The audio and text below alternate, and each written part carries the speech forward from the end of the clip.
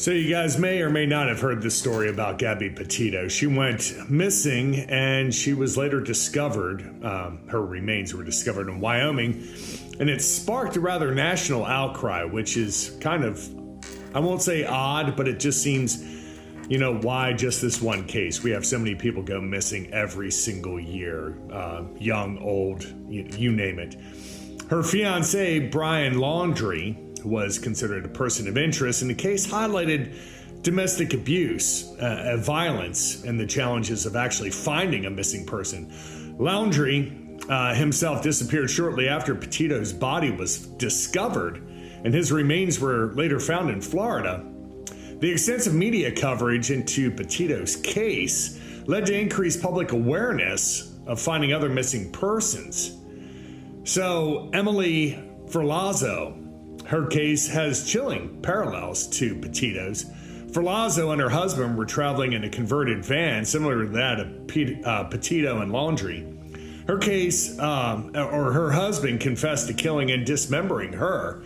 During an argument, the case underscored the prevalence of domestic violence and the tragic consequences that it has. Lauren Cho, her disappearance predates Petito's, but her case gained renewed attention in the wake of Petito's case. Cho was a woman of color, disappeared from Yucca Valley, California.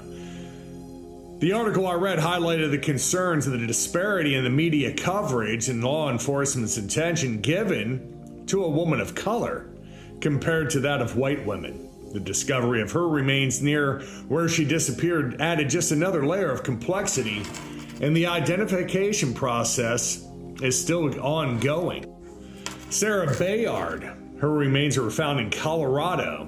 Like Cho's case, Bayard's disappearance didn't initially receive a lot of widespread media attention. It mentions that finding the cause of death in somebody that has disappeared is rather, and especially based on the conditions of the remains, are rather hard to determine.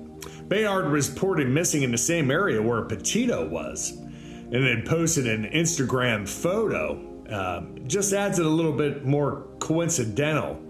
Though likely unrelated, it was an element to the story. Josu Calderon. Josu's body was found along the Appalachian Trail. Initially, there was speculation that the body might be that of Brian Laundrie.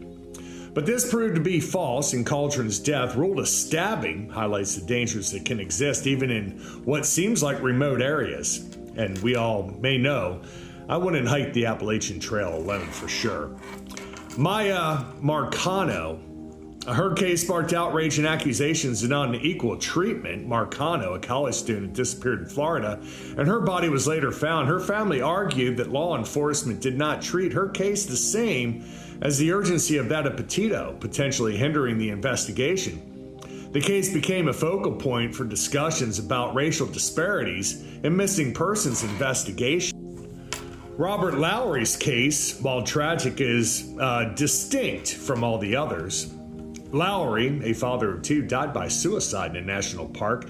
His case is mentioned because his body was found in the same general area as that of Petito, and where her remains were discovered, highlighting the vastness of the search area and the numerous individuals who go missing in that same location. And then we have Kylan Schultz and Crystal Turner. Double homicide of Schultz and Turner adds another layer to this overall narrative. Their case was initially investigated for potential links to Petito's disappearance due to the timing and the location. The article I read mentioned that their concerns about a creepy man before their deaths added a sense of unease.